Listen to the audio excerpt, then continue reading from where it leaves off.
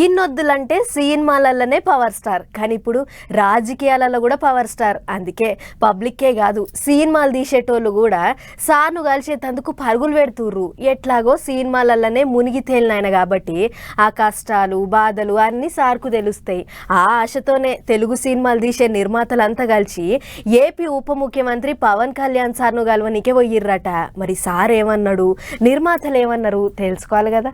మనోళ్ళు అని అనుకున్నోళ్ళ చేతుల పవర్ ఉన్నదంటే ఎవరికైనా సంబరమే అవుతుంది. మరి అట్లనే ఇప్పుడు పవన్ కళ్యాణ్ సార్ ఏపీకి ఉప ముఖ్యమంత్రి అయ్యేటాళ్లకు సినిమా వాళ్ళ సంబరం కాదు పోర్రి, ఇక సినిమాల వాళ్ళకు తిప్పలు ఉండదు అని అనుకుంటుర్రు. ఇప్పుడు అందరూ సినిమాలు తీసే నిర్మాతలంతా కలిసి పట్నంకి వెళ్ళి ఓ విమానం కట్టుకుని ఏపీకి పోయిర్రు. విజయవాడలో ఉన్న ఉప ముఖ్యమంత్రి క్యాంప్ ఆఫీస్లో మీటింగ్ అయ్యిర్రు. ఏపీలో సినిమా రంగాన్ని ఎట్లెట్లా ముంగటికి తీసుకుపోవాలి, ఎట్లెట్లా అభివృద్ధి చేయాలి, తిప్పలేమన్నుంటే ఎట్లా పరిష్కారం చేయాలి, అన్ని ముచ్చట్లు మాట్లాడుకుంటారు కావచ్చు అని అనుకుర్రు. చాలా మంది నిర్మాతలు ఆపతి సాపతి చెప్పుకుంటారని అనుకుర్రు. కానీ ఇప్పటికైతే పవన్ కళ్యాణ్ సార్ను సంతోషం కొద్దీ కలిసిపోవాలనే వచ్చిర్రట.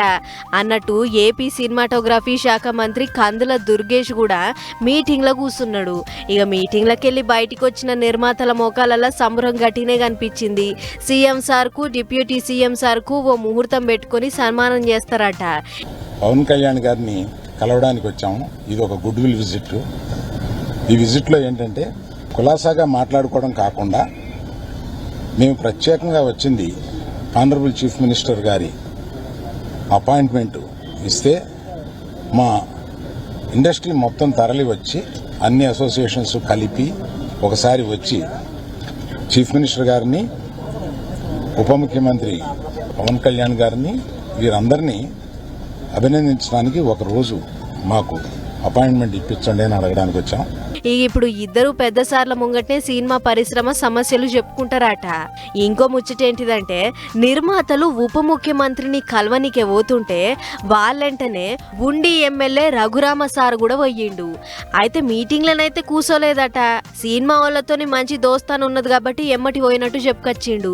గంతేకాదు సినిమా వాళ్ళకు తిప్పలేం ఉండదు, అంత సార్ చూసుకుంటాడు అన్నట్టు మాట్లాడిండు.